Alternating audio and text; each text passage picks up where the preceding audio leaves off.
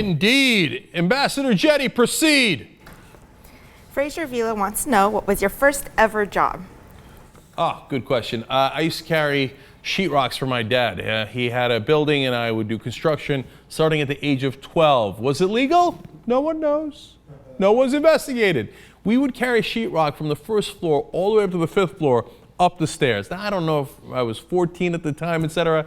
We built whole bathrooms. The best part of construction was a new tenant would come in and you would have to take out the walls in a floor before you redid the walls in the way that they liked them. Then you literally brought a sledgehammer and you knocked down the walls. That was awesome. I used to get paid $2 an hour, and my dad wouldn't buy me a bike or my black and white TV. I had to buy it with my own money. So I had to work 50 hours to be able to buy each one of those things. Until then, I literally would run behind my friends as they biked throughout the neighborhood. I'd be running behind them. And it still didn't help. Okay, Community Ambassador Jenny, next. Zachary Calmo wants to know, what was the hardest aspect of working as an anchor at MSNBC? Oh, that's a good question, man. It was basically the daily grind over expectations.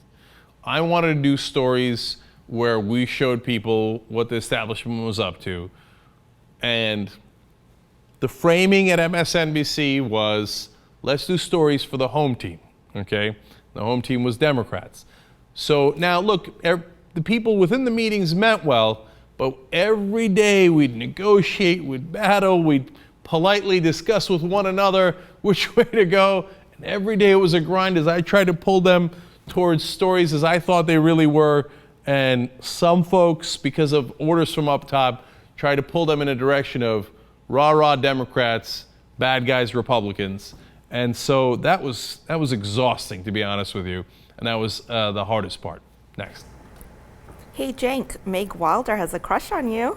She wants to know, you're incredibly confident, and it's one of your greatest qualities. What, if anything, makes you nervous? That's a good question. I haven't been nervous in a while. You know, back in the day, hitting on women used to make me nervous because you got to put yourself out there. You got to go out there and be like, hey, how you doing? My name is Cenk. I hope you don't do it that way. Otherwise, you're in a world of trouble, right? But you're about to face likely immediate rejection. So it was hard not to get nervous over that, but I did get over that hump, and of course the trick was not giving a damn. Like, oh yeah, you're not interested? Oh, whatever, it's a sad day for you. Wrong again, Bob. Wait, why am I talking to Bob? Anyway, the last person I remember being nervous about, and I met Joe Biden when he was a senator. We interviewed John Kerry, Harry Reid when he's the majority leader, Pelosi. I'm never nervous about any of them. But for some reason, for a while, I was nervous about Arianna Huffington. Isn't that funny? Okay, I'm over it now, but she's the last person I remember being nervous about meeting and talking to. All right, next. James Caulfield wants to know if you would ever go to Portland like Anna. Also, do you like Philly cheesesteaks? Okay, these are two easiest questions in Twitter storm history. One, you missed it. I was in Portland a couple of months ago. Loved it. Loved the food, loved the city, loved everything about it. You guys are you put LA to shame in terms of how liberal you guys are. So bless your hearts. Can't wait to go back to Portland again. Philly cheesesteaks. You got to ask me that question? I went to school in Philly for 4 years. It's literally one of my favorite foods in the whole world. Right after Subs, I got Philly cheesesteak.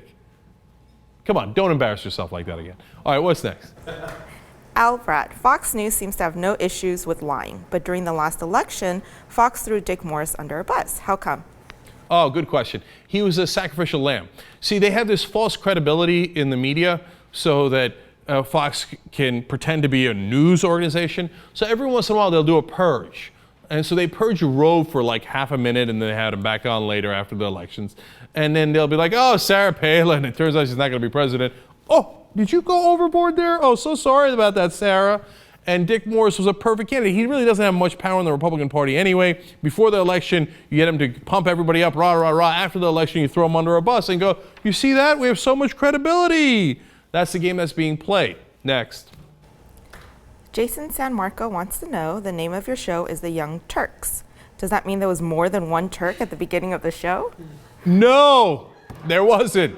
In the beginning, it was me, Dave Kohler, Ben Mankiewicz, right? And then Jesus joined, and Jill Pike, and J.R. Jackson. I got news for you. Jesus Godoy is not Turkish. Neither is Dave Kohler or Ben Mankiewicz. No, we named it the Young Turks because we were young progressives looking to overthrow an established system. The same exact thing we're still trying to do. Next. Tyler Palmer wants to know, do you have plans for the future of TYT after you are gone? Yes. Ricky Strom. He'll be taking over.